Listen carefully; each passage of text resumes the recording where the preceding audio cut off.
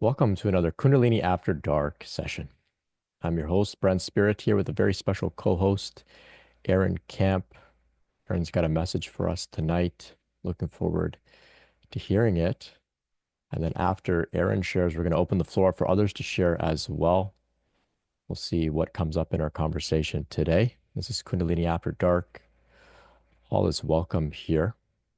Before we get into Aaron's message, I want to thank everyone for their support, for your donations, your engagement online. I really appreciate it. For your ratings on Spotify as well. Thank you so much. If you're tuning in to the recording in the archive, you can join the next live Kundalini After Dark session. The link is in the description to register, along with links to a bunch of other free things. We've got some courses, some other events as well.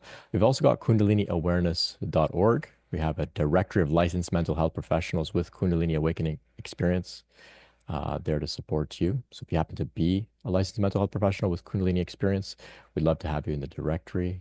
You can apply. It's free. Aaron is featured in the directory as well. We've also got um, meditation next year. Next March, we're hosting the largest Kundalini Shakti meditation the world has ever seen. So we would love to have you. So you can keep that in mind. Mark your calendar. I think it's March 26th, 2026 or March 28th. I can't remember, but you can find out on kundaliniawareness.org. Check it out, along with some stories of other people's Kundalini awareness, Kundalini awakening experiences. So while I did mention Aaron's featured in the directory on kundaliniawareness.org, as a licensed mental health professional, tonight we are meeting as lay people to just have a conversation on Zoom about spirituality. So please keep that in mind. This is not a substitute for professional counseling or medical advice. We'll open the floor up in a little bit. If you have any questions for the group, if you have any responses to questions, if you want to celebrate, if you want to vent, if you want to be heard by a community who understands a little bit about what you're maybe going through, this is a place to do that. But before that, we're going to get into hearing from Aaron. So Aaron, thank you so much for being here with us again. Aaron and I have an interview about their journey on my channel. You can check that out. We've also done some other Kundalini After Dark sessions as well in the archive. But lock in with us tonight and let's see where this one goes. How's it going, Aaron? Hey, it's going pretty well. Thanks for having me. No, thanks for Hi, being here. Thanks everyone. for being here. Yeah, absolutely. Just gonna take a moment here. Oh God, I got pinned. Let me go back to the gallery for myself. Okay. Though I do like looking at myself, spending the whole. um, Great. Oh, awesome. Hmm. All right, I'm ready. Okay. Hi. Again, really good to be here. Um, Shout out to Brent for creating this space. Yeah, thank you so much. Um, yeah, so the title of my talk today is The Mystery of Kundalini. Uh, I've been thinking about that title and thinking like, if I saw that as a title on a YouTube video or something, I'd be like, that's some new age nonsense. I'm not clicking on that. And of course I say that tongue in cheek, but um, I'm really gonna bring you to let's just say the cutting edge of my own journey with Kundalini and kind of what I'm learning there. Um, and I would like to kind of bring you there by first talking about something that may be just a tad bit theoretical. But I'm hoping to give it to you in a way that is digestible and useful. We'll see how that actually goes. Um, Give me a moment. I'm just going to, there we go. Um, so here's the frame. And it's first person, second person, and third person perspectival ways of knowing. This has been an incredibly helpful frame for me, just broadly, and we'll be applying it, of course, specifically to Kundalini here today. But to introduce these frames, I'd like to start with trees. We'll be applying them to trees, and I really like trees. I have really profound relationships with some of the trees on the campus, right across the street from me. And when I'm relating with these trees, I'm mostly in first person and second person, but let's start with third person. Third person is objective ways of knowing, like scientific ways of knowing. I'm looking at the tree and I'm going, this tree is in sunlight. Photosynthesis is happening. This tree is made of these kinds of cells. And if I were to cut down this tree, it would have rings showing me the age, etc., etc. And so objective ways of knowing, scientific, rational, mathematical ways of knowing are all third person, and are profound in their own right. Now, moving to second person is relational. Second person is the you. So now I'm walking up into the tree and I'm going, oh my God, look at this beautiful tree.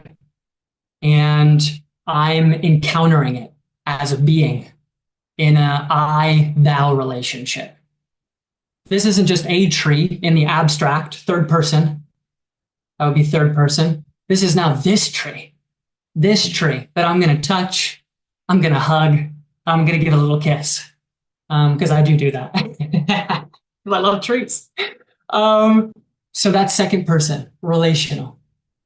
First person is my pure subjective experience. It's my first person experience of the tree. So as I'm touching the tree, I'm feeling the sensation of touching it. As I'm getting close, I might smell it. Right. And then also for me, particularly just the overall energetic quality of encountering this particular tree. So that's first person subjective. And what I would like to say about these ways of knowing is that they're not mutually exclusive. Of course not. They ought to all be inclusive of one another. But in the world that we live in today, we are bombarded by third person ways of knowing. Like when you go to school, for most of us, I don't know where all of you went. If you went to like Montessori or Waldorf, you're getting a different kind of education there. But for all of us who went to public school education, the primary education is third person. It's third person. You're sitting down and you're learning about English and history and mathematics and so on. And we then have a way where we are habitually, unconsciously relating to the world through that filter. I mean, what an education it would be if we were sat down in classes and learned how to relate to one another, or sat down in classes to learn how to explore our subjective experience. That would be fantastic. And I hope that that's the world that we're moving into slowly but surely. And so now let's relate this to Kundalini. And it's simple, right? From a third person perspective, we might talk about Kundalini as a kind of universal creative force that gives birth to the universe, but then also wakes up and rises at the spine in each and every one of you if you're having a Kundalini awakening. We talk about it as a force that is surfacing a lot of unintegrated material, traumatic material, for the purpose of detoxing this vessel so that we can hold higher resonant states permanently. We talk about particular phenomenon like kriyas, spontaneous movements, or suddenly getting hot and cold, or the list goes on and on. And that's third person, and it's incredibly helpful. Oftentimes, people begin with having a first person experience of Kundalini, right? So that's your immediate subjective experience, and you're like, oh yeah, Brent, I forgot to ask, how are we with cussing? Is that a, do you want to avoid that? This is after dark. You can cuss. This is this is after dark. You can guess. Okay. Okay. Great. And we're like, holy fuck. What is going on? That's certainly what happened to me. I had iterations, but in a particular iteration, it was like, I'm vibrating and moving and it's not stopping, and what's going on? And so in my first person subjective panic, I went to YouTube and found some people talking about Kundalini. And of course, from their own first person experience, giving me a third person education. Hey, you're experiencing Kundalini. Let me give it a name. This is some of the features. This is what it's doing. This is why it's good. Keep going. And that's really helpful. And then to the second person, we can relate to Kundalini as a kind of separate force, like the Divine Mother, for instance. Of course, that's a go-to. But I really like Brent has a Kundalini After Dark on this, where like, hey, if the Divine Mother doesn't work for you, it can be like a big Kundalini bear. It can be a coach who wants the best for you and pushes you really, really hard. Whatever kind of second person metaphor works for you, but that's second person. That's relational. Now I'm out of the third person, and Kundalini has become kind of an embodied form that I can relate to. Hey, Ma, what's going on? So good to be with you. And of course, that eventually invites some kind of devotion. And then, of course, we're always coming back to the first person, right? If we weren't having the first person subjective experience of some kind of energetic awakening, whether you call that Kundalini awakening or not, we wouldn't go to the others. We wouldn't need to. There wouldn't be a force here to relate to or to try to define and kind of wrap our minds around. But back to the subjective, back to the first person. I was recently at a training. It was a psycho-spiritual training. It was with a teacher. If I said their name, many of you would know them. They're a pretty big name these days. The teacher uses the term Kundalini. And I was sitting there in meditations, bouncing around. It was kind of a high Kriya season for me. Still is to some extent. And they pulled me aside. Makes sense. I'm sitting there kind of shaking around. They don't necessarily know what's going on for me. And they're like, hey, we just want to know kind of what's going on. I let them know what was going on. Hey, I'm experiencing Kundalini. These are just Kriyas. No worries. But they were a little afraid. That's what it ended up. They were kind of interpreting my experience through a trauma-informed lens. They were worried that they were seeing like kind of a really powerful protective structure, that I was shaking on top of some much deeper wound. And what they didn't want to happen was to have that structure break in that container and find myself mired and overwhelmed in that material. Because that might surpass their capacity to help me ground in that particular context. So I left that interaction feeling awfully angry, actually. It was like, I wasn't heard. I wasn't understood.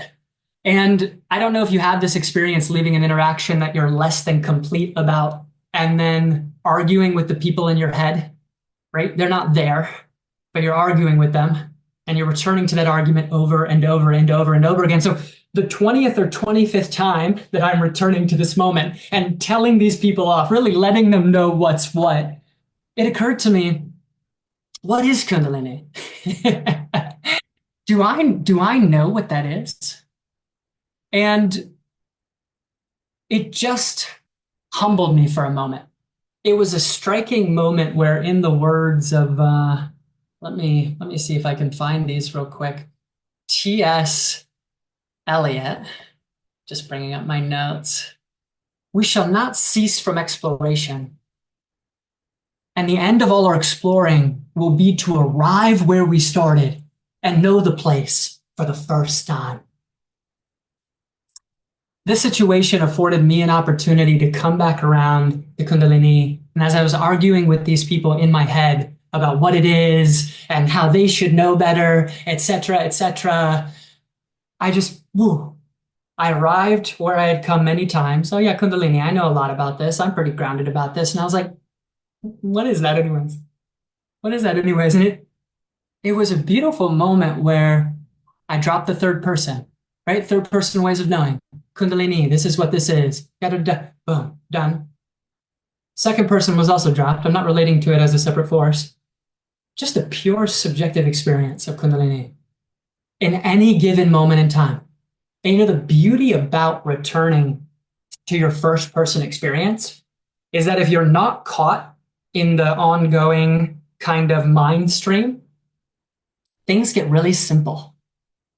Things get really, really simple. You're just kind of right here with what's ever arising in your experience now. And I was suddenly experiencing Kundalini from that place. And I was like, this is really nice. This is really nice. I didn't even know that all of the third person conceptual frameworks that I had created, these objective conceptual frameworks that are very helpful, mind you, had become a little weighty. I hadn't quite got that. And so letting them go, like taking off a backpack you've been walking with for some time, I felt lighter. I felt lighter. And that is kind of where I've been since. And that's kind of where I've been with more things than just Kundalini. And it doesn't mean that I don't get entranced back up into the mind and I don't find myself arguing with those people again because I don't know that I feel entirely complete about that. But it is to say that I can come back, bring the kind of consciousness into the body and just kind of like melt. And I may experience some energy at the spine. I might find myself wiggling around a little bit. And many other things besides, because Kundalini can come with a lot of phenomena. But whatever's happening, it's just that. It's just that.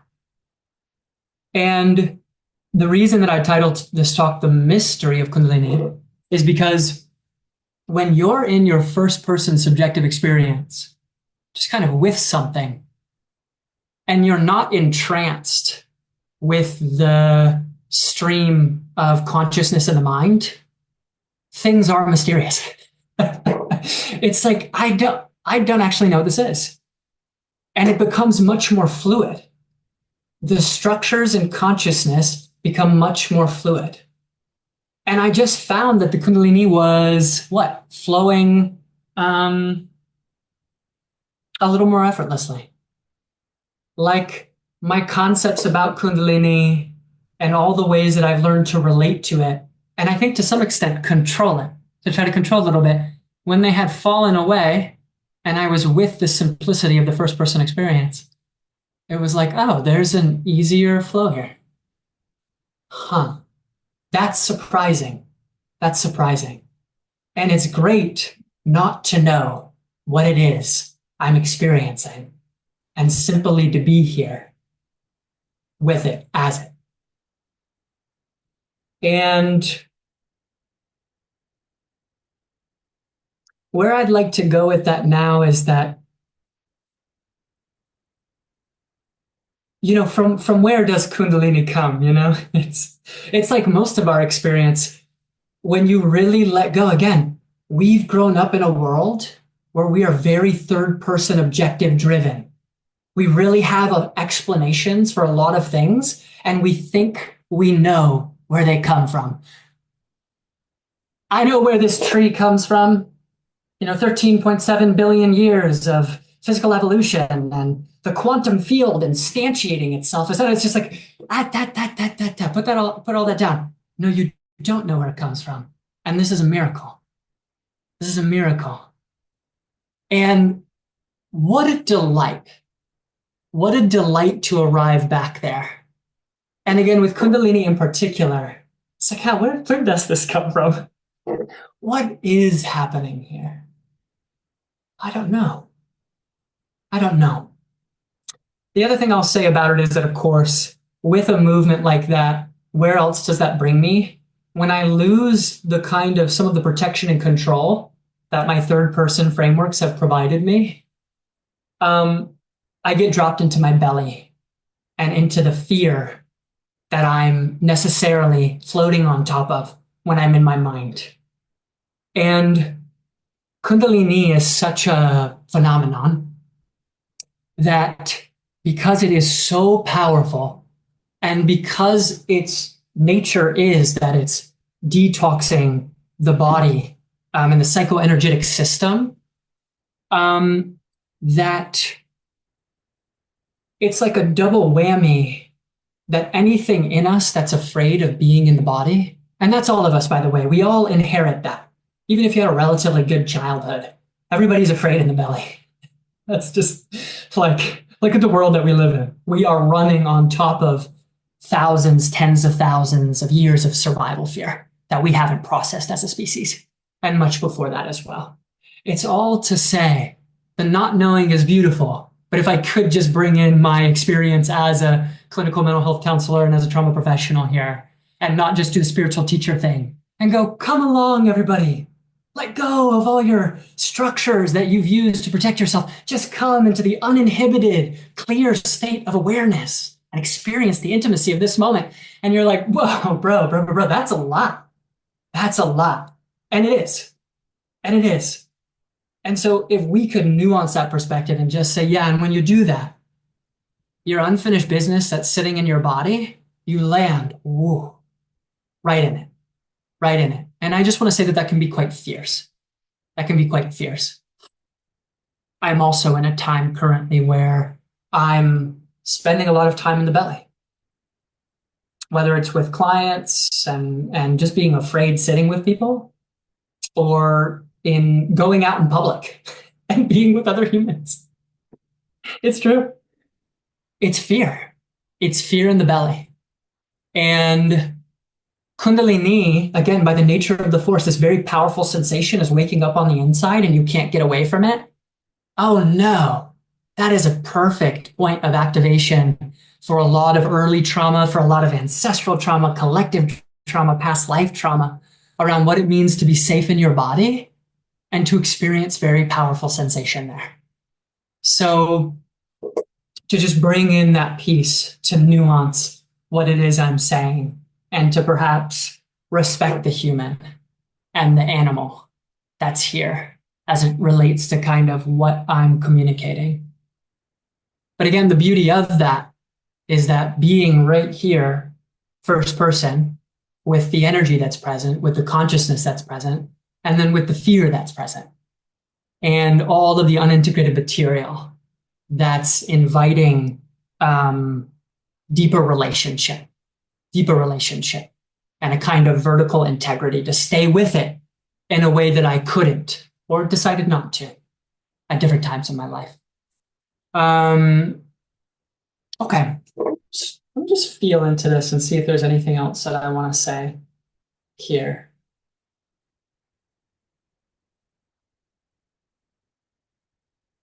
Yes, so a teaching like this, as for any teaching, it's like for whom and when, for whom and when. For some people, I hope for some people, there's at least little tidbits here that's like, I like that. But for yet others, it might be like, I really needed to hear that. Yeah, first person, coming back, coming back, coming back. And for yet others, it's like, nope, that ain't for me right now. That ain't for me. And I think that deserves to be said with this particular teaching because it's really like taking what's good and leaving the rest. Because what the truth is that attempting to come back into direct experience of what's happening over and over and over again itself can become kind of a cycle, if you will. If it's time for you, it'll happen just the way that it did for me, right? It's like I had something in my life that almost seemed completely unrelated, and then that question just got sparked. What is Kundalini? Do I even know? Do I even know about this? What am I trying to posture about here? And I just let it go and was like, oh my God, I'm afraid. I'm afraid. This group of people's fear about what was going on with me touched fear inside of me, some fear inside of me that I don't know what's going on with me. But in this particular moment, I was ready to let go and land with it and experience kind of a new kind of opening, a new kind of opening, which is my invitation to all of you um, from wherever you are on your own journey and your own path. So let me just feel in one more time and see.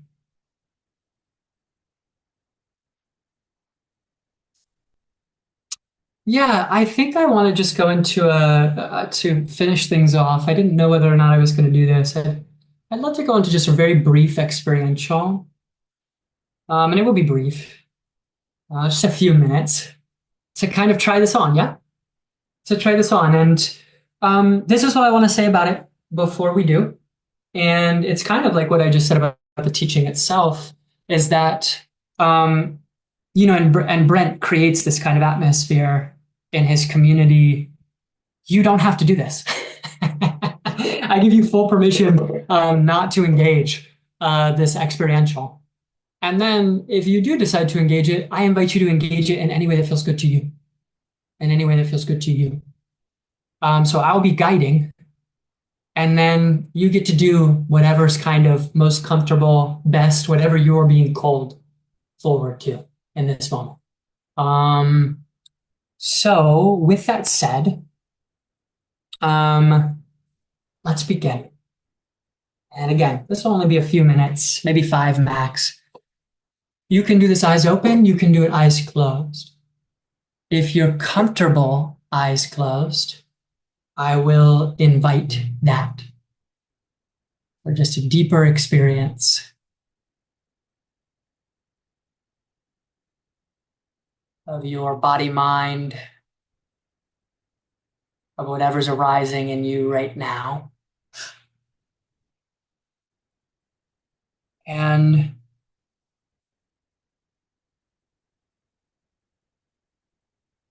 begin with feeling the feet wherever they are. If they're on the ground, if they're propped up somewhere, anything's fine. You're just feeling your feet.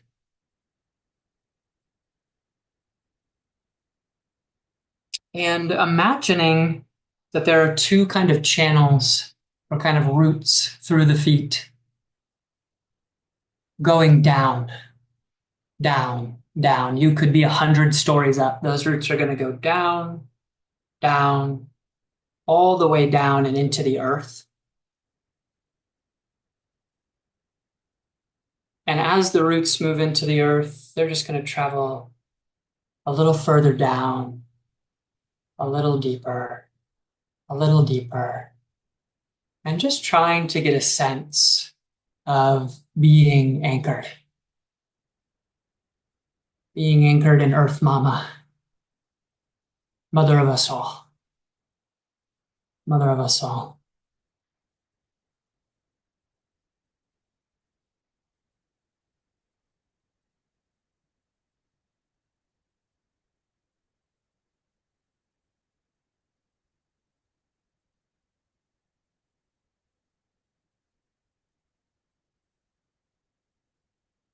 That's great. Leaving your roots in the earth, but then bringing your experience back to your body.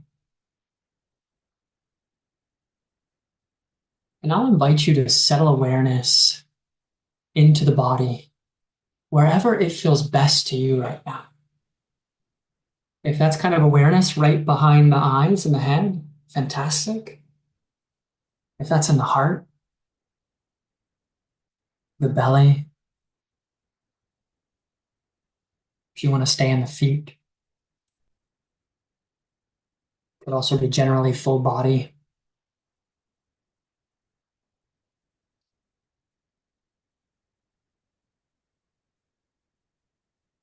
And for a moment, bringing your attention to whatever kind of energetic awakening you may be experiencing in your life currently. Whatever's happening with that, you're kind of bringing your attention there to the energy.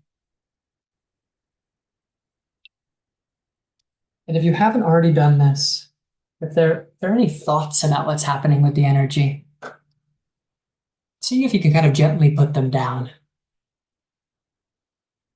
Which just means if you find awareness kind of back up in the thoughts, you're gently bringing it back down into wherever in the body your awareness is resting currently. With just a subtle intention to be with the energy.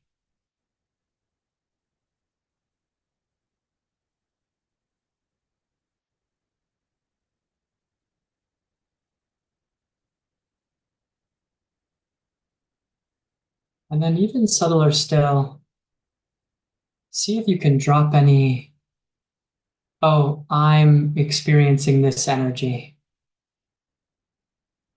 I'm experiencing something kind of separate. And if you can, just softening that.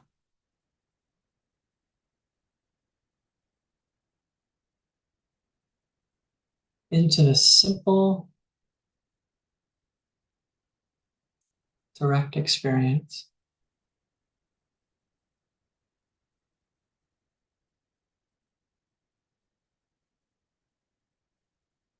of this, whatever this is for you.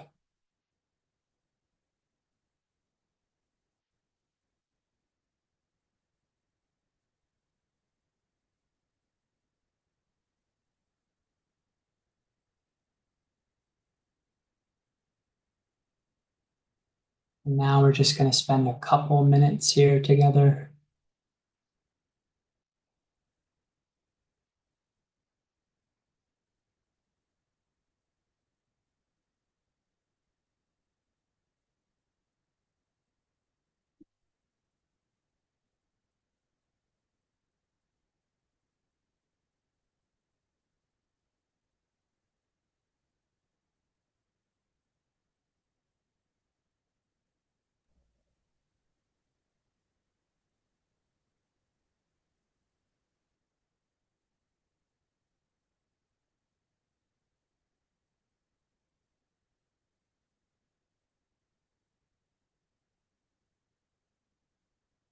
Again, just noticing if you're finding your way back up into the mind or just gently coming back into the body.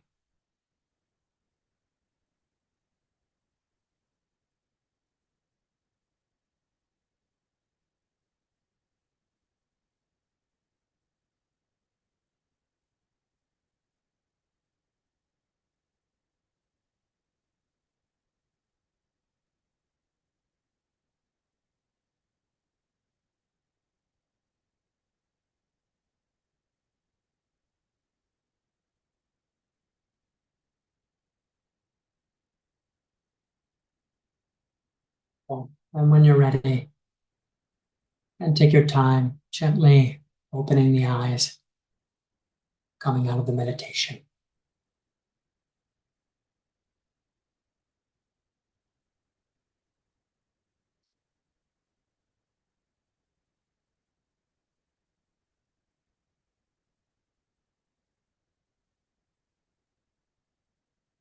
And as you're returning, right, I'm sure it wasn't lost on any of you.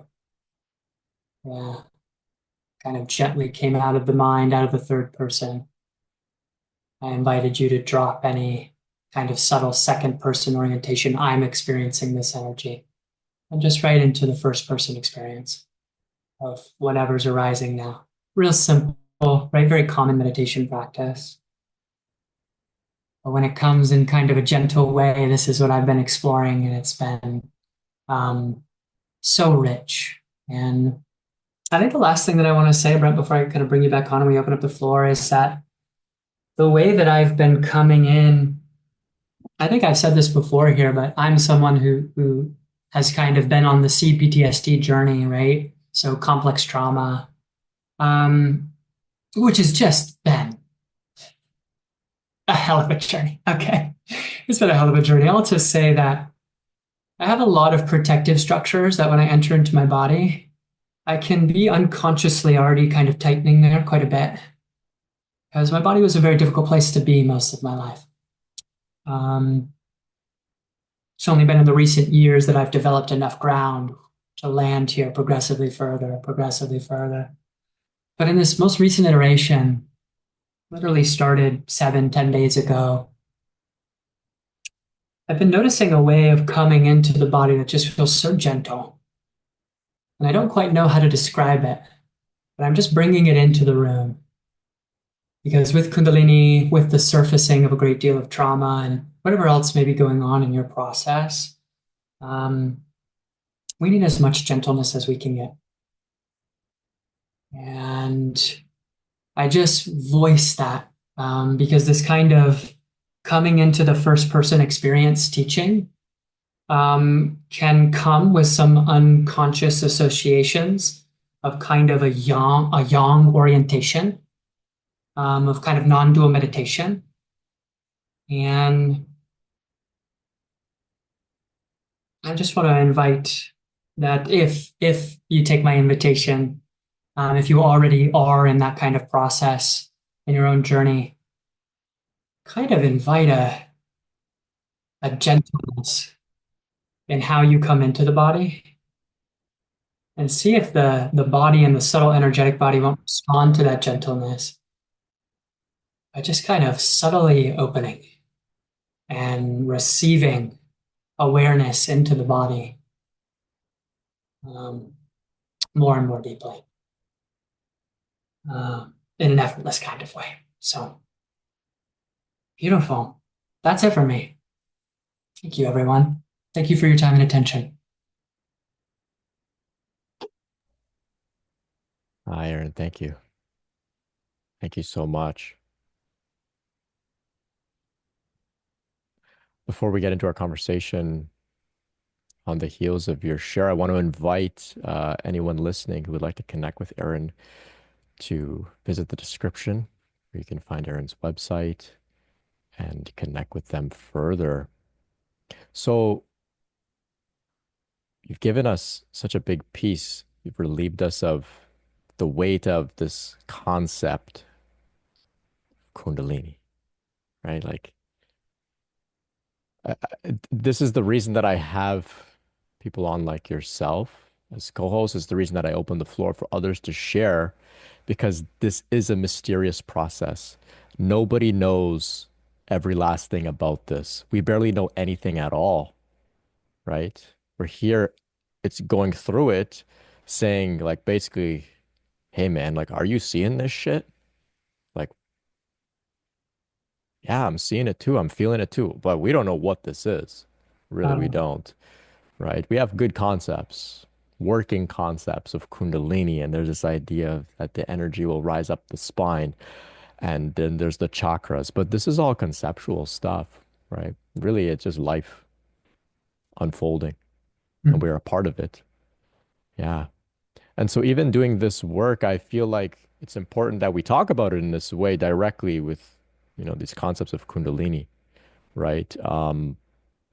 But there's a big part of me that I sometimes I feel like I'm only doing this because it's so challenging and confusing for some people. So we have to talk about it in this way and use the concepts. But ideally, I think we can all get to a point in our journey where we're not the Kundalini people anymore. It's just something that we're experienced in our life, and then we kind of move on with life and continue life, as opposed to uh, taking up camp in this sort of I'm a Kundalini person. With that, it's a new identification with the concept. So thank you so much for giving us permission to let that go and to surrender into something beyond concepts, which is just life. I really appreciate that, especially doing this work where all I talk about is this. Everything I do is oriented around this Kundalini word, right? So that was very refreshing for me. Mm, I appreciate that a lot. Yeah. We've got great concepts, right? They're very effective, but there's great innocence in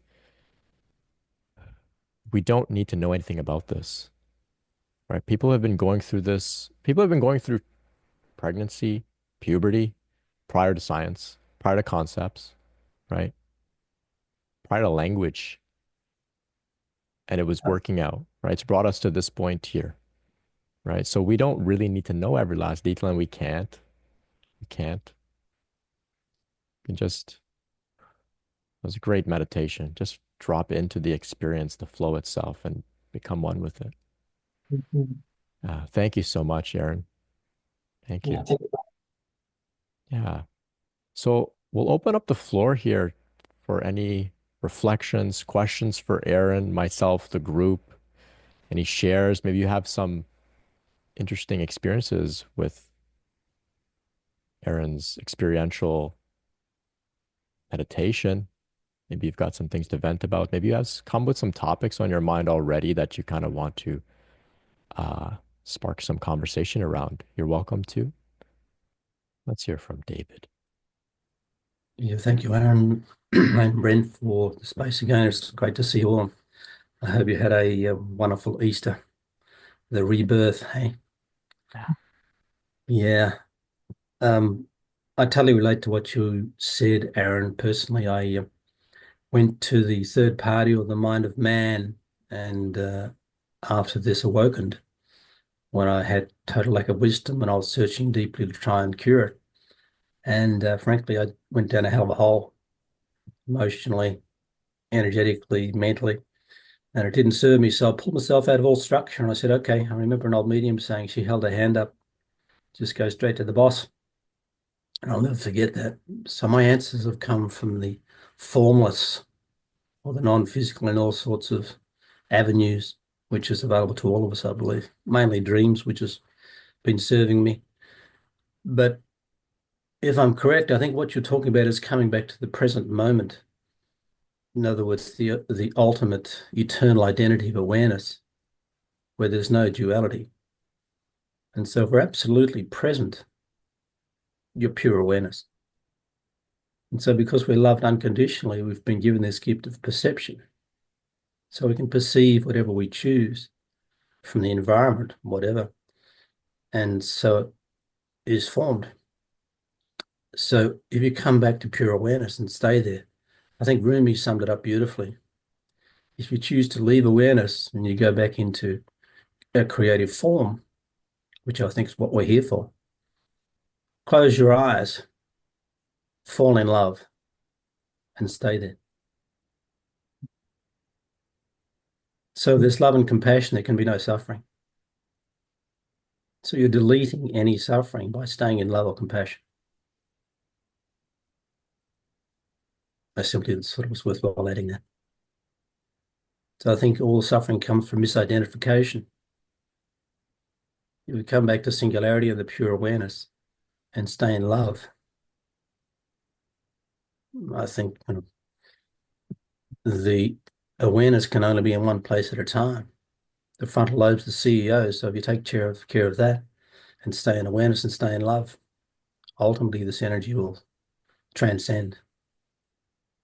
That's what I feel. Thanks, Brent. Thanks, Eric. Thank you, David. thanks, David.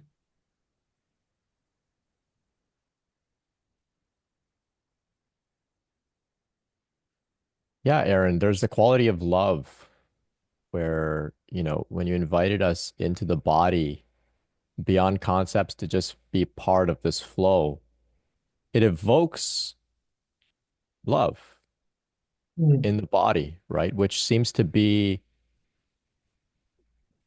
I don't know if it's the right word, but the antidote to that fear that you're describing as well. mm. I love that.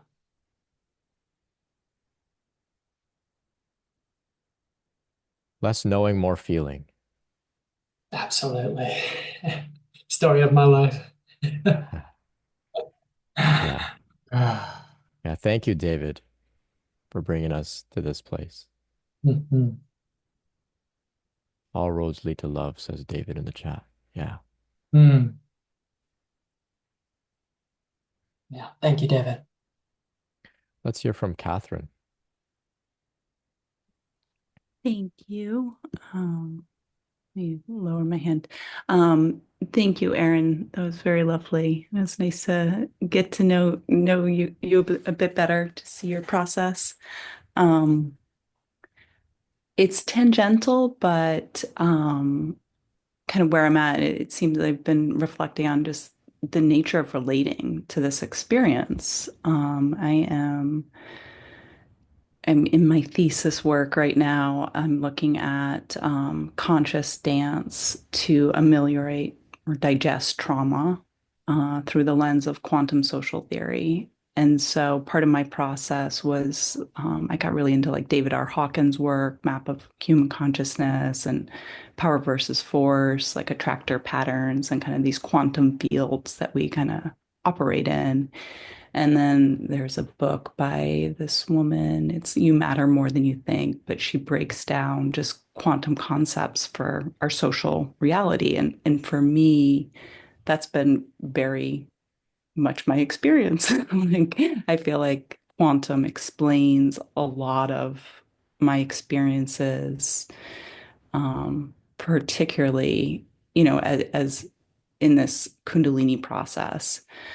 But part of what I've been thinking about, there's this concept of intra-action, like not interaction, but intra-action, saying like we're never fully separated and we come into being in relation, right? And so that entanglement is not that I'm entangled, twisted, but that there's spooky action at a distance. So in this idea that um, there's these fields of consciousness that it's not accidental that we're all here together, right? Like that there's a shared, and but also just this idea that we're constantly becoming. Like there's never a static state. Like it's just all process. Like there's never a fixed, there's never a fixed. And so that kind of like I think it's interesting to think about perspective, right? If you're always in process and there's not a fixed and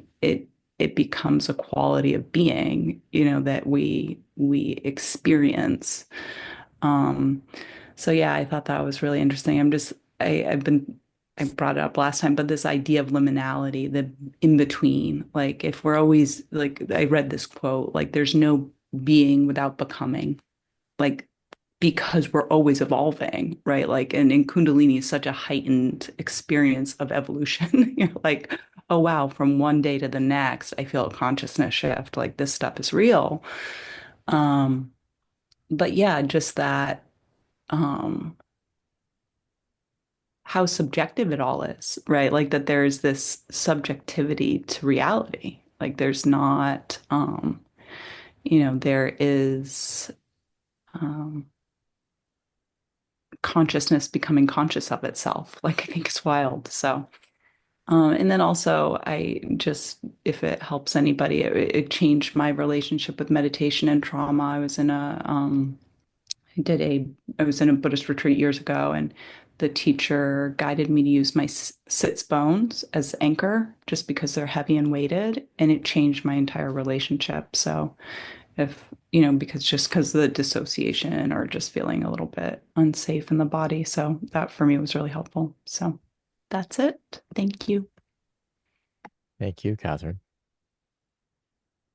That was beautiful.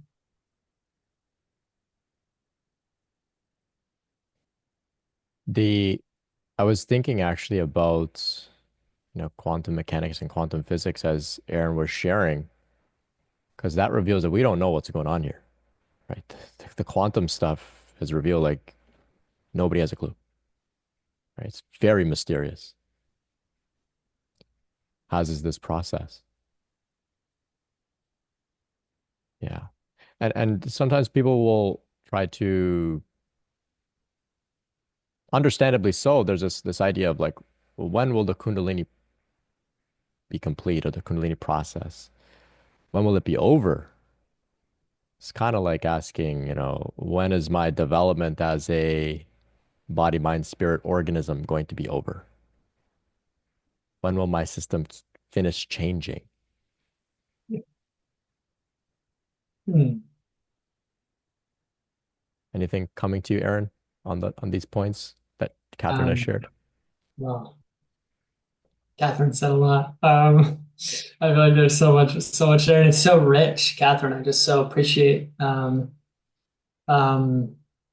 what I experience as a beautiful mind, and I'm so deeply resonant with what you're communicating, and I could respond to so much there. But part of what it sparked for me is something that I was kind of playing around with in this teaching. It didn't end up coming out in the teaching. I don't know that I have it entirely worked out, but yeah, that we arise as subjects within a field of interrelatedness, so intersubjectivity.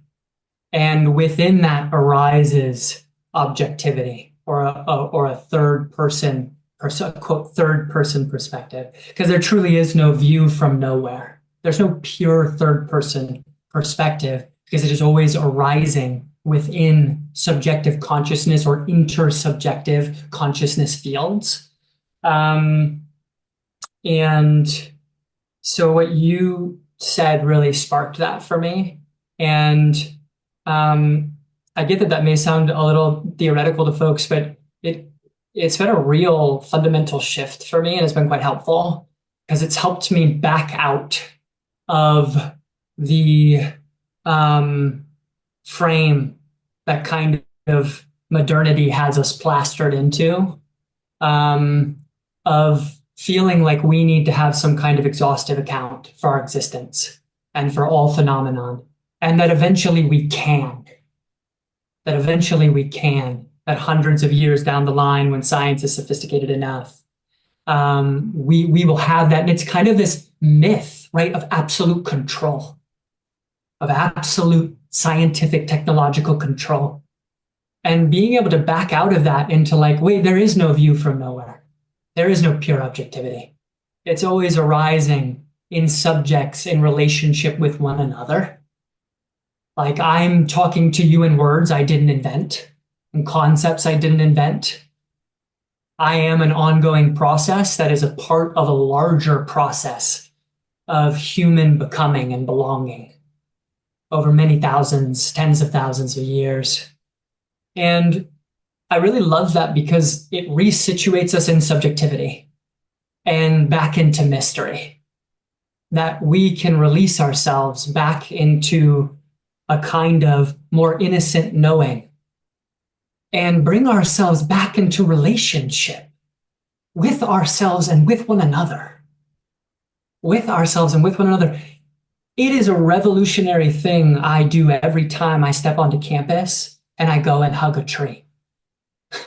It's a revolutionary thing.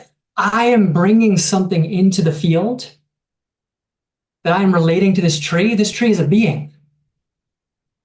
But I can remember a time in my life where I looked at trees and it was a tree.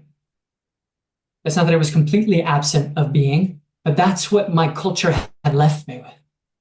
And coming back into a more full-bodied, full-blooded, relational reality, it's like, oh, wow, that's so fresh. That's so fresh. And then it allows me to meet other people as well and not know who they are. I hate to bring politics in, but make America great again. Ooh, but God, to meet someone and not know who they are. Okay, I'm not going to just let that be your whole identity. I'm not just going to let myself go into a massive defense response here and not see you and not see you. Can we still find a way to relate to one another, um, and respect one another as subjects, as beings here together? Um, so, anyways, thank you so much, Catherine. That was so rich. That sparked a lot for me. Thank you. Let's hear from Tom.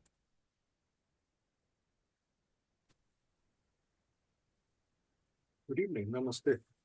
Um, my question is really, have you developed, or are you on the way, or is there a way to develop a language with which we can express these things to others? I'm particularly thinking of the professionals like psychiatrists, when they come with the butterfly net and pick us up for being weird. Uh, how does one, it took me 11 hours to talk my way out of an emergency psychiatry uh, episode. So, how does one speak to them especially when it seems to be you're bringing it to a level even pre or post linguistic uh, in some sense? There's nothing. It's ineffable. You can't put your hands on it. So you're talking about airy things, and the guy's going to look at you and go, "Yes, he's either delusional, has a great imagination." Yeah, right. Ugh. And scientists they're trained to go with the delusional because it's easier. So that's one question. Hmm.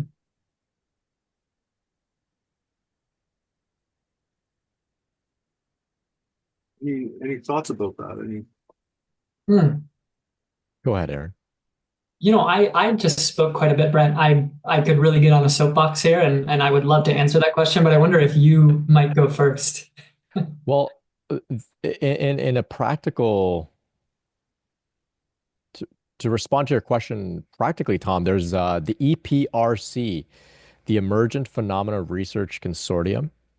There's a team of about 200 professionals, academics, medical professionals, researchers, and experiencers. It's an organization founded by Dr. Daniel Ingram. He's a retired emergency room doctor and a very experienced meditator and Kundalini awakening experiencer.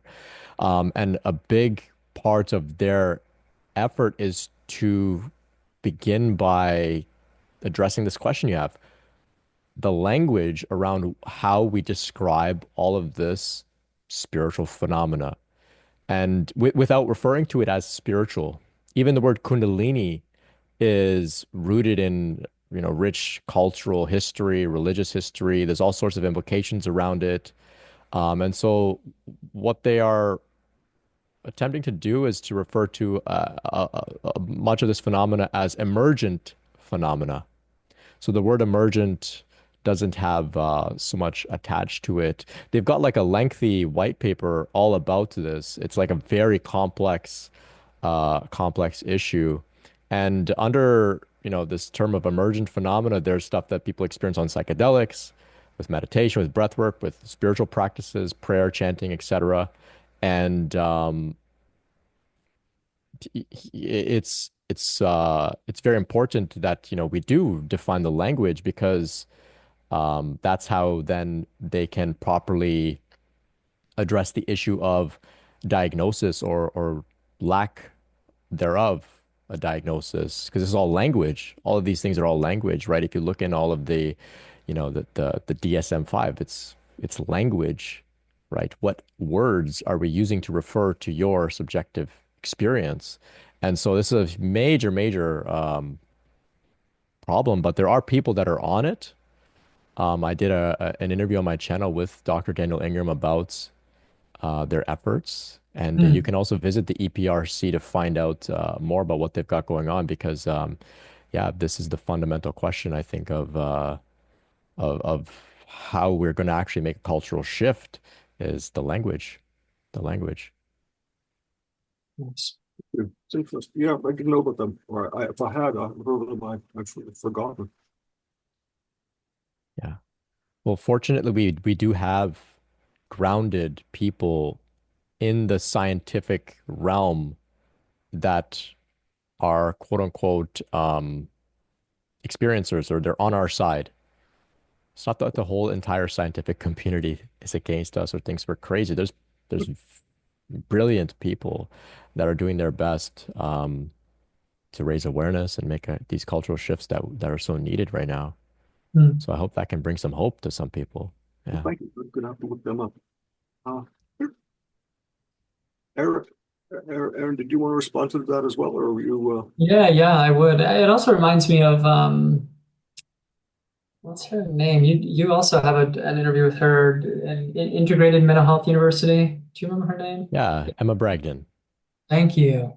Yeah, she's also doing incredible work um, to bridge kind of psychology, psychiatry, counseling, and people experiencing spiritual emergence, and yeah, and then emergent phenomenon, the EPRC. Amazing work. Daniel, his team, they're like next level. Anyways, to your question more specifically, Tom, like 100% this teaching was right, like you said, like pre-linguistic, post-linguistic. Yeah, we're moving kind of out of that into direct experience, but that doesn't do you any good. Sitting there trying to communicate with a mental health professional about what you're experiencing, and I think that you spoke very well to it. That yeah, we do need language, and we need language that has cultural purchase. And that's definitely part of what Emma Bragdon is trying to do, and with IMHU, and then Daniel Ingram with the EPRC. Um,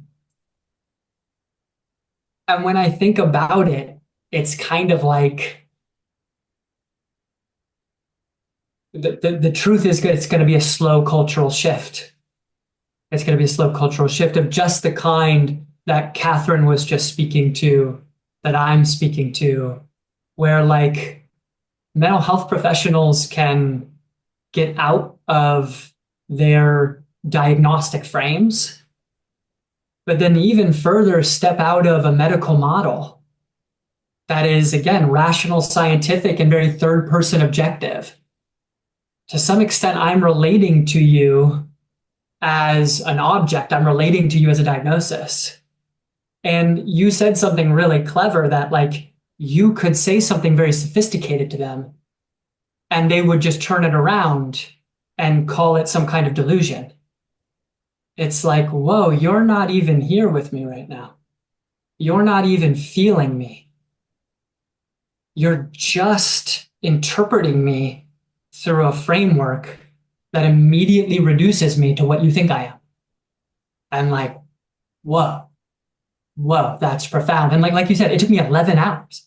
I'm glad you made it though, Tom. I'm glad you made it though. 11 hours later. That's not a given, right? But all to say 11 hours, right? And that should have been 5, 10, 15 minutes.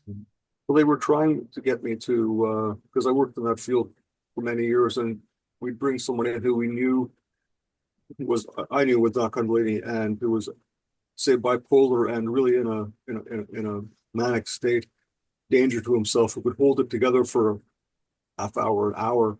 So we'd wait him out until finally he would say something that was like, well, I'm going to go home and burn the house down.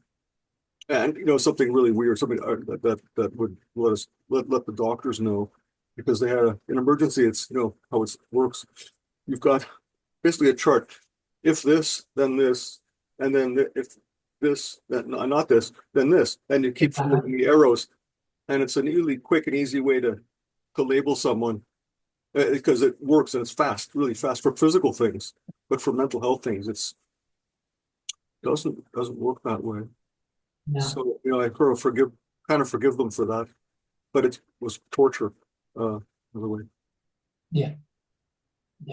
Um, the other question was actually concerned. You don't have to answer this today or like that, but I was in a conversation with someone, and she asked, what is the soul? If it's all one, how can we have a personal soul? And like, did my best to answer. And my answer was, well, no, it's all one. Says, well, then how can you have a personal soul that reincarnates? And what do you have any comments on that one? Because it's still bothering me that I'd never thought it through enough Mm. to bother thinking about like, okay, so then what is it that reincarnates? My ego that reincarnates? Is it and my soul? It's got to be separate then from the great soul, the universe, consciousness of the universe, because it reincarnates. What the hell's going on? Man, you're bringing the big questions today, Tom. You're Mhm. bringing the big questions. Oh. Don't pass it to me. Don't pass it to you. Okay, I do want to speak to this because these are some of the questions that I'm really passionate about. Well, it is all one and it's all many too. It's the one and the many. And within one um, field, there is differentiation, right? But within that differentiation, there's still connection. There's interdependence. And that kind of brings us out of the, well, is it all one? Or are we, you don't need to be separate beings in order for there to be many different things arising in this, again, interdependent field of subjectivity or of consciousness, right? Different instantiations of consciousness energy. But then to talk about like what is the soul, man, that's much more difficult, right? Like I know the soul to be definitely very real, right? Like kind of a God spark. And that, yeah, God, like it's clear to me that spirit wants to go on a wild adventure and kind of breaks off and produces these different beings with these very different qualities who also want to go on adventures and incarnate on places like Earth. Incarnate on places like Earth. And the way I look at the soul, and I will be brief here and then pass it along, is that I look at everything as a continuum. The soul is subtle energy, and manifests into form. So on the subtler side of the continuum, you're your soul, and that's the thing moving from lifetime to lifetime and doing many other things besides, I'm sure, that I don't know anything about. But as it manifests into a denser plane, into a denser frequency, right, we come in. And I'm not a physical body with a soul. I'm a soul with a physical body that has moved slowly into a kind of denser frequency, if you will. But these are all a continuum. The body and the soul are very, what am I looking for? Kind of interwoven. And the soul is seeking to incarnate further and further throughout the lifetime. Throughout the lifetime, like great realized beings, I'm going to say, have incarnated more of their souls. Caitlin, you said you wanted to make a comment because she was the person I was having a conversation with. Oh, beautiful. Yeah, So I was done. Yep, I was finished. Fantastic. you want to elaborate, I hope. Yeah, sure, I can. I'm not sure. I'm kind of in like a spacey place right now, so I don't know if it's going to come out the same way, but we'll just let it unfold as it's meant to. I feel like what tr like triggered this in me is I've been expanding again in different ways, and it's like, when you first hear of a concept and you're like, yeah, that makes sense. And then it's not until it comes back around and you access like a deeper version of it that you're like, oh, like it just like hits differently. I'm experiencing a lot of that. And I'm in this place where I'm like, I get it. Like I understand the whole ego. And I'm seeing ego in a different way as it's almost this.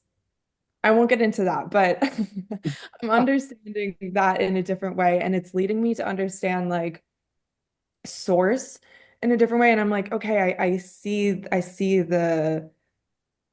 it with this like separateness and then this unity, and I'm coming into this place where it's like everything is one, but in a way that like conceptually, it wasn't sinking in the way that it originally was. It's so much deeper to the point that I reached this place where I'm like, okay, ego, source, but for a while it was like ego, soul, source, right? There was Huh. still the soul there, which was like, oh, so my soul is separate than your soul, but I'm now in this place where I'm like, I can't even fully understand what a soul is when it's all one. And then it's leading me on this path where I'm like, wait, but what about spirit guides? And then what about people who are channeling other beings and it's coming like is it separate? Because then I do see it as and I have family who's transitioned and I've worked with different ancestral energies going through these things and I'm like it's almost as if it's just like this energy of that experience within source and then source is all of it and then of course like certain things of all of that is reflected through our experiences and I understand what you're saying with the whole like soul in the body but like are you suggesting that your soul is something that is separate than my soul than the energy than the spirit than the source that is within all of us like that's where I'm not fully grasping. And I'm like, wait, but I've used the term soul so much that now I'm like, I don't even know what a soul is I because love it that. ego and source. Like, where are we putting this whole soul thing in there? And it's all just like this oneness and this, if anything, like the reincarnation, the all this different stuff, it's just source in that experience through that body. It's I yeah, I don't I'm just been in this place for a while now where I'm like, I'll let it evolve. I'll see where it takes me, but I'm really questioning the whole idea of a soul now because I just don't see that separateness. It's not making sense to me. Hmm. And this is one of the major distinctions between Hinduism and Buddhism, right? Hinduism speaks about the self, and Buddhism said there's no self. And yet, the, there's so much compatibility there. I think experientially, either the questions dissolve or there's a knowing beyond concepts that's felt, right? It's just like how Aaron was guiding us earlier um, to a place beyond the concepts. Um, with that said, I had something come to me intuitively about, this, what is reincarnating? Because the Buddhists will say there's no self, and yet the Buddhist system, reincarnation is very much a part of it. So what is reincarnating? And what came to me on retreat was, now I'm not saying this is what it is. I'm just presenting it to see if it stirs anything in others. But what came to me was that it is a negative space with a particular energetic charge. And that negative space is very similar to, I have a barcode here. It's an SD card, but just a barcode. So if you're familiar with barcodes, when they're scanned, they're not reading the black lines. They're actually reading the space between. It's the space between that has the data that's necessary. And so it's nothing, but in that nothing, there's a particular uh, negative space. There's a particular way that it's formed around an energetic charge that persists. This is what came to me intuitively. I don't know if that makes any sense. I've never articulated this ever because it's like I'm talking about nothing or something. I don't even know what I'm talking about. So I'll just throw that out there. Maybe that speaks to some people. I'm not sure. And we'll go over to Bo here and see what Bo has for our conversation. I Hey, Bo. Hey. Um, yeah, thanks for your talk, Aaron. That was cool. Um, like so this idea of kind of like the difference between, I guess, conceptual knowledge and direct experience or like experiential knowledge, or like between knowing and feeling. I think is super important. And it's something I've been thinking about quite a bit. And like normally, uh, that's a big part of my meditation practice, kind of like what we just did of like trying to get to this point of direct experience and just like being present in the body. And but Kundalini is just like absolutely kicking my ass right now, like so bad. And I've been through phases like this before. But just like being present in my body right now is excruciating. Like fear, like extreme pain, kriyas, emotional purges, like all of it. Um, and so like when I've been going into my body right now, kind of going through this phase, it's like I don't feel like love or peace or sort of like universal like divine connection or anything. Like it's a struggle. But conceptually, like I still know that love is there. And I guess maybe the way I've been kind of thinking about it is like the movement between like feeling and direct experience and like language and sort of conceptual knowing. Like I think maybe that's kind of like what it means to be in a body. It's like to have to sort of like uh negotiate like kind of continuously between those two things. Um but yeah, I don't know if anybody has insights into like dealing with those periods of the Kundalini experience where it's just like rough. I'd love to hear that as well. But yeah. What's coming to you, Aaron? Yeah, I mean, just thanks for your share, Bo, and thanks for your honesty and vulnerability. I really hear you, which is why I had that trauma caveat in my talk. It's like, yeah, that's so real, and I really love what you said around like I'm not experiencing those things right now, but I know they're there, and what it means to shuttle between. I want to say that third person objective knowledge is an experiential way of knowing. It's a particular experiential mode. Just to kind of include that in, because it's precious and so important in just the way that you're talking about right now, is that when it's not readily apparent in immediate experience, that we have a larger framework that speaks to it and points to it, and that we've perhaps experienced in the past. So it's anchored with some memory and direct experience in that way. It can help create like I want to say like a hammock, you know? Like I'm going through hell and I'm fucking shaking and creaking and there's a lot of pain and I'm gonna lay down in this hammock, right? And it's a kind of mercy. So just to that piece, and then more specifically going through those periods, I know that I mean, I'll just speak for me personally and a little bit from my kind of professional experience.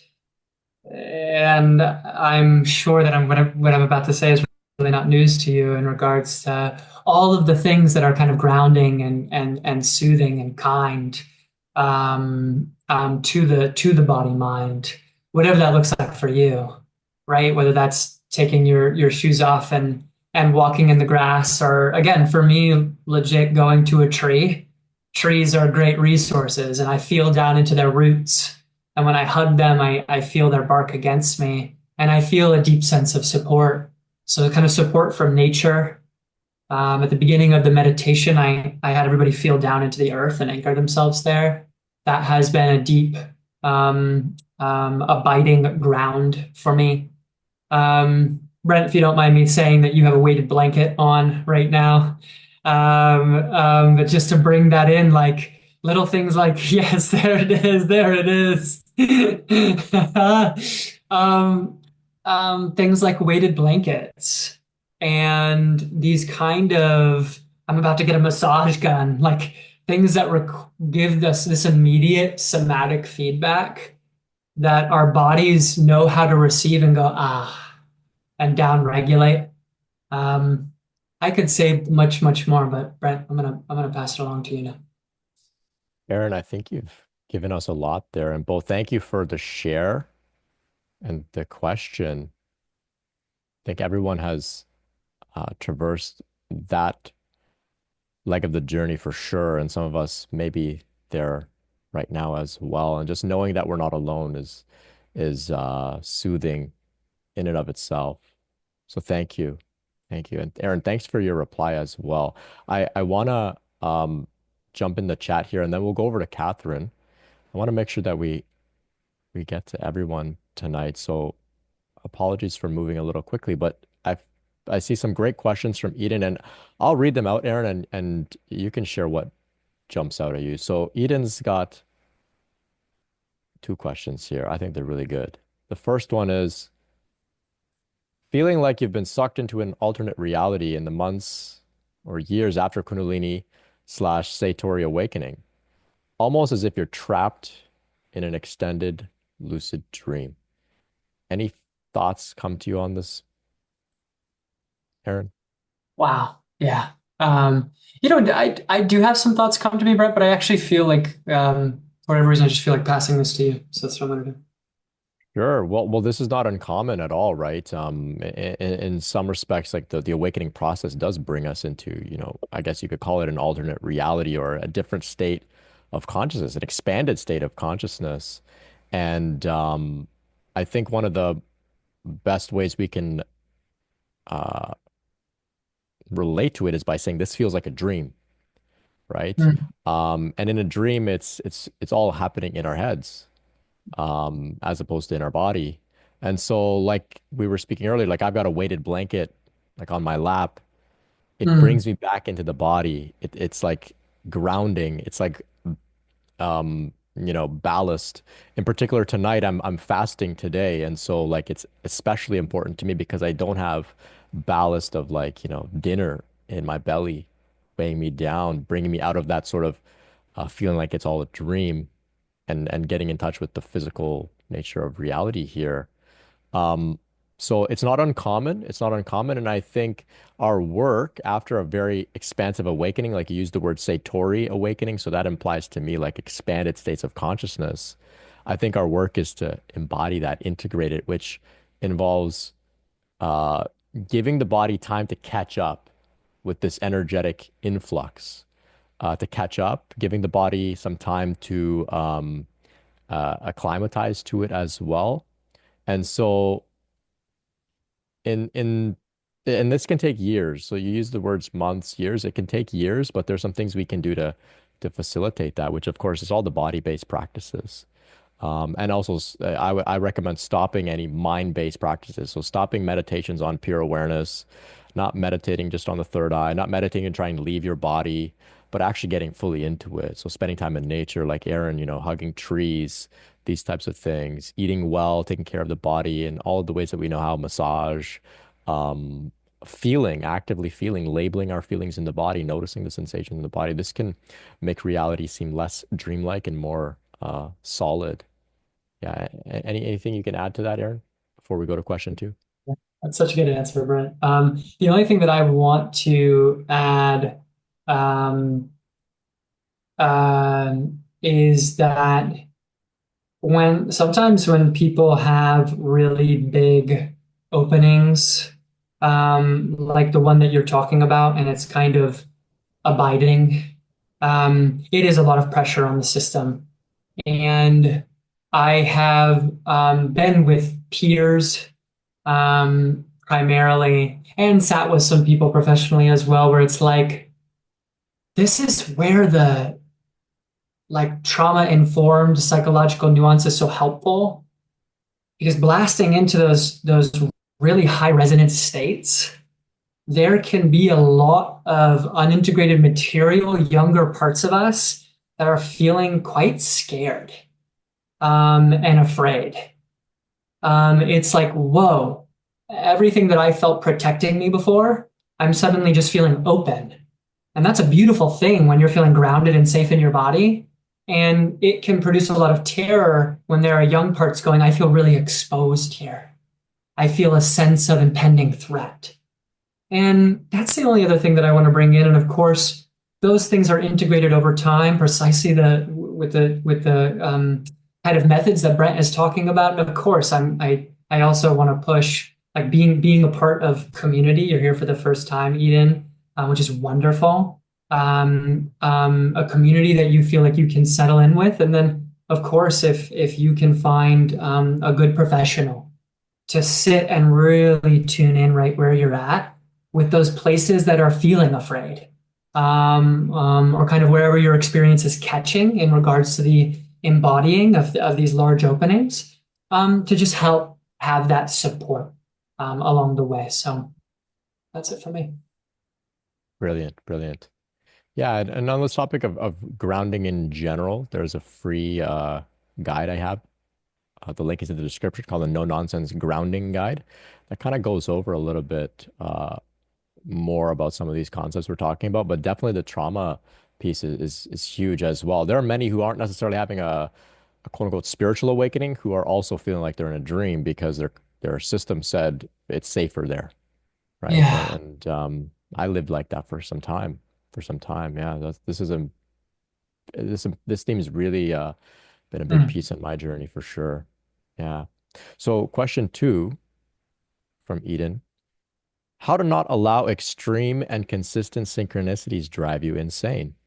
An extreme example would be being followed by ravens or people with dogs every time I step out of the house. Things like that and other mystical synchronicities have caused me to isolate over the past couple of years. Mm.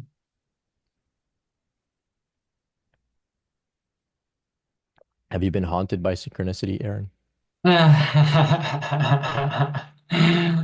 been haunted by other things. No, I don't think quite synchronicity. But Eden, though I should say, I saw that. I also looked at, I forget whose response that said like, hey, dogs are guides and crows and ravens are guides and allies. And Eden, I saw you respond to that and say like, yeah, I relate to that. And I thought that that was beautiful because I think that that's true.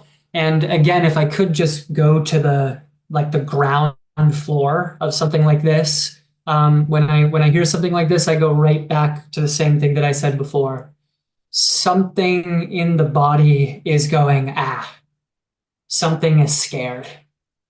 And um, my sense is again just how to give that thing some ground, how to give that thing some ground in the ways that Brent just talked about and I did as well. But Brent, let me pass it back to you again. Yeah, brilliant. Thank you. So I have been haunted by synchronicity, haunted in the sense where it got freaky, like scary, like how you might be describing here, Eden, where in the beginning, you know, you see 11:11 on the microwave. Well, that's cool. Your friend texts you at 11:11. Oh, that's cool. It's kind of cute and it's inconsequential. Maybe it's synchronicity, maybe it's just random, but it's kind of fun. But when it amps up and there's thick plot lines and layers of synchronicity, and it's really like clearly this is not a coincidence. Even if it's beneficial in your life, things are happening in beautiful ways in your life. It can, like Aaron was saying, stir up like a big, scared part of us that says, we don't really know what's going on here, and we're not as in control as we think. And that's horrifying to the part of us that wants to be in control because what's that implies is that life is not what we were told. There is some sort of orchestration happening beyond what anybody has ever educated me about. And so what do we do with that? Right. And I remember being incredibly like overwhelmed with synchronicity. It was bombarding me like over and over and over again, really freaky ways. It was almost like a vortex around me where other people were also getting involved in it too. And we all together couldn't deny that there was clearly, major synchronicity happening here. Mm. And so I remember speaking to somebody that I was, going to for some guidance, And what she said to me was contemplate any one of those synchronicities until the beginning of the universe, to the beginning of existence. And what does that reveal to you? And so for me, the piece I got out of that was my journey is unfolding according to the flow. There are certain things that are destined to unfold. Seeds have been planted since the beginning of time in order for just a little synchronicity to take place in my life today, just to mark the way and say, hey, you're in the right place, keep going, you're not alone. There is a higher intelligence supporting your life's unfolding, and you can begin to flow with it and move with it if you're willing to step out of this ego mind who feels separate and wants to control everything and actually surrender to a much bigger orchestration. And so synchronicity now is like the most incredible thing in my life, and it just keeps getting better and better. The vortex has continued, but the fear isn't there. Um, but there's also much less control here as well. And recently, I was listening to something by Bashar. He's like a far out interdimensional alien from the future, channeled by Daryl Anka, Paul Anka's cousin. Anyway, he said the entire way that their civilization operates is through synchronicity. So they just like I don't know exactly how they do it, but they leave their house and they just know that through synchronicity they're gonna bump into their friend. And they don't have to like plan a meeting or anything. They just know the synchronicity is going to handle everything for them. But therefore they're not in control as much as we like to be in control, right? So there's like this bigger intelligence that we can invite to play a role in our lives. And I don't see that as different from Shakti, from the same force of Kundalini, from the same uh, flow that Aaron beautifully brought us into today with their message. It's the same thing. It's the same thing. We can trust it fully. At least that's my experience. Yeah, so that's great questions, Edith. Welcome, welcome. Thank you for being here. And thank you for everyone for responding as well here. Tom, Galen, appreciate it. So let's hear from Catherine. Hi. I just wanted to respond to Tom's question about oneness and soul. Um, Please. so my teacher taught that there's three aspects of the human experience. So there's the personality, and then there's the soul, which carries past life karma. It was a teaching that included reincarnation. And then there's the spirit. And at the level of spirit is oneness. So that we're all unique filters of one source, essentially. But my direct experience in this Kundalini is that I wild trip through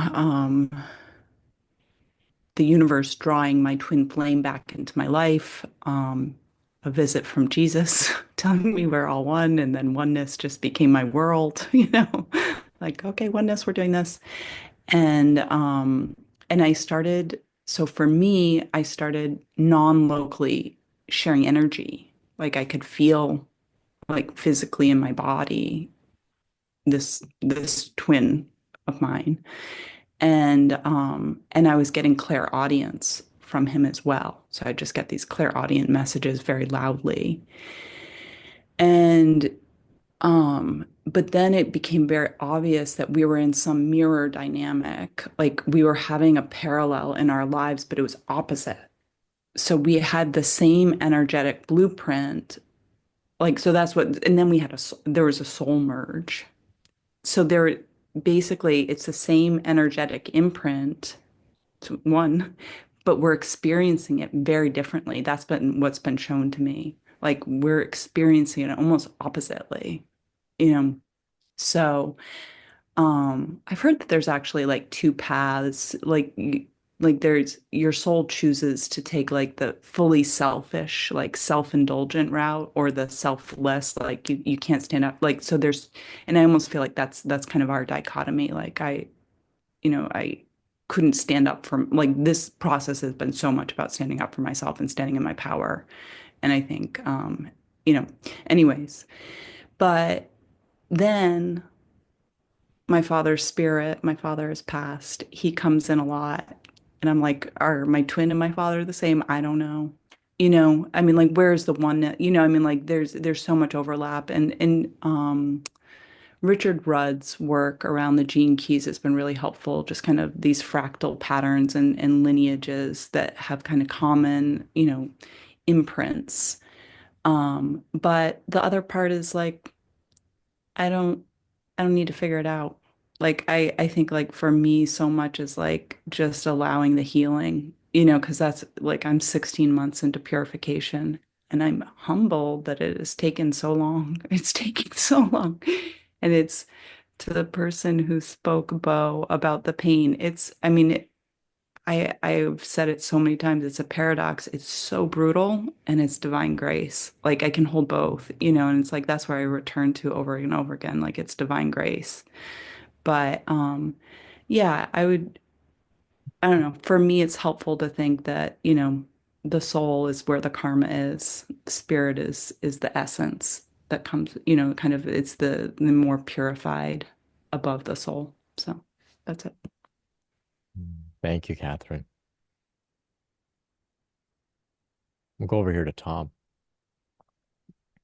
Just wanted to let people know that one of the things, because I was speaking directly to someone, but one of the things I did to overcome or to deal with that, not to overcome, to be able to wrestle with that fear, to overcome it to a degree was, I've talked about this before, but hypnotherapy, where it began with giving me one thing, the hypnotherapist was familiar with Kundalini. The second was strengthening it's not my ego, but actually was more like giving me a safe place, putting me in touch with the archetypes of mother, father, brother, etc., all the family stuff, and then strengthening my knowledge of myself as a brave person, as courageous, who can face who's anything that he's given uh, and survive it and conquer it. Uh, and then dealing with heavy stuff like synchronicities and all that scary stuff has become a lot easier, and it doesn't paralyze me with anxiety anymore, which was what was happening. I was just stuck, really stuck with that.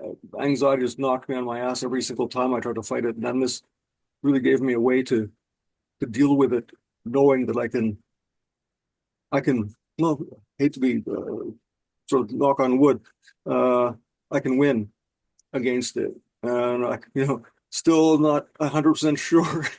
That's why, touch wood. But it really, really helped. Just wanted to let you know that who was asking about that. Thank you, Thank you. Tom. Welcome. Yeah, yeah, so much value. Thank you all for sharing tonight. We'll hear from Galen. Thanks, Brent. I know we're like going a little over time, That's but good. no, I was gonna comment and then I was like, no, it's too much to type. It's funny because when I was exploring this whole idea of the soul and source and ego kind of thing, Bashar came up. I was like, wait, so then who the heck is being is being channeled? Like so that came up as like after the fact of like, when you like explore something and then your mind starts bringing up things of, oh, well, but what about this contradiction? What about that? So that was one of the things. And then Catherine, your share, the whole twin flame dynamic was another thing that came up from it because essentially twin flames are known to be, it's like when the soul ascends high enough, it splits in two, and basically your twin flame is the same soul in another body. And I was like, but if it's just ego and source, then there is no such thing as twin flame, and it's everyone is your twin flame essentially. And if anything, then the person you think is your twin flame is actually just reflecting your ego, which is a super beneficial role for this person to have because it helps you so much on this journey to release and purge and heal all of those things that are connected to your ego. And then you were talking about, Catherine, you had this experience with your dad who's in spirit. I literally had the same experience last night. My dad is also in spirit and he came through and we were going through a lot of different stuff. We were working through different stuff. And I had the same thing where I was like, is this person who I've thought was this twin flame and have received all these synchronicities. Talk about, it's coming back to the talk about synchronicities that make you feel like you're actually going insane. I can definitely relate to that with this process, which I trust, and it's happened the way it's needed to. But I was like, and I've had this come up before where I was like, clearly this person is reflecting a lot of different things that I would associate to as ego. And it makes sense that like I'm wondering if because I had the same thing with my dad where I was like, is this person just like a reflection of you, a reflection of the ancestral stuff? Because it's allowed me to heal a lot of ancestral things, but then that also tied into this whole like ego is to a degree connected to the body, because the body then is how, if there's no soul and it's just source coming into a body, then the body is how we are inheriting all of those generational and ancestral things that we experience, and essentially that in itself is the root of ego. It was just, I hope I'm making sense. I don't know. I just wanted to like, I feel like I'm just in this place where it was like all these different things were tying together. And I was like, well, wait, I have to chime in again. I don't know if that made any sense to anyone, but yeah, very similar experiences. And it's all really interesting. And I don't know. Yeah. I'll leave it. Thank you, Galen. Yeah. It's all connected, all of it. It's all connected. It's all one in ways that like you just can't articulate. Yeah.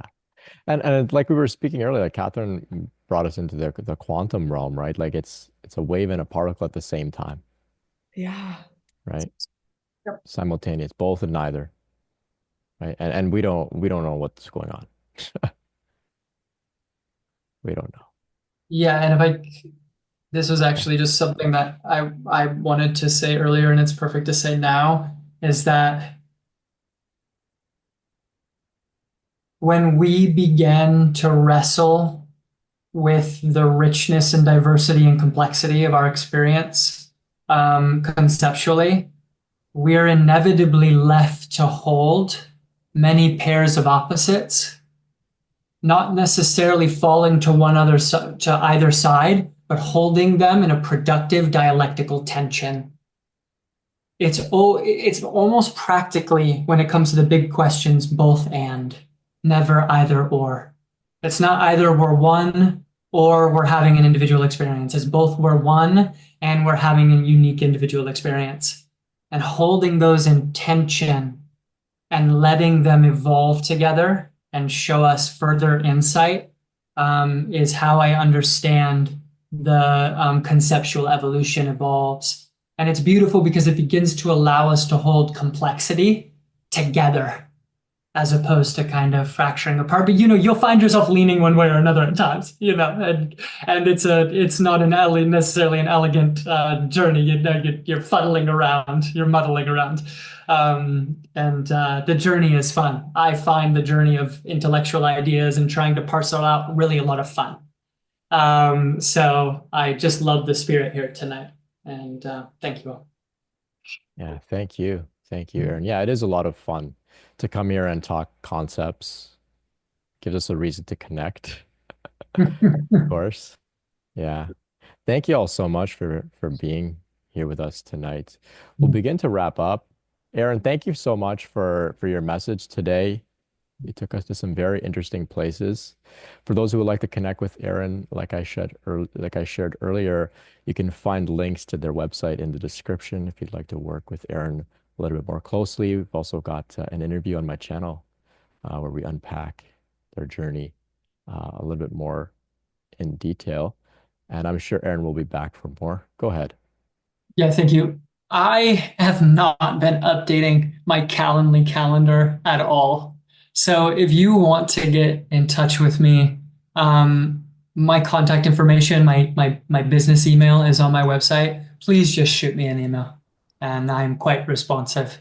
So just wanted to to set the record straight there. Okay. Yeah. Yeah. Thank you all so much for joining today, sharing, responding to one another, keeping each other company. I appreciate you all. There's a bunch of links in the description of the episode for some free courses. You can join the next After Dark meeting. We've got Kundalini Q&A meetings most Mondays, 2 p.m. Eastern. We've also got Shakti Hour, 8 a.m. Eastern, most Tuesdays and Fridays. You can join us. We'll create an energetic field together, support one another as we go through this mysterious process. Mysterious, awe-inspiring, challenging, wonderful, scary, worth it, perhaps. We'll see everybody next time. Thank you all so much. Much love. Much love. Take care.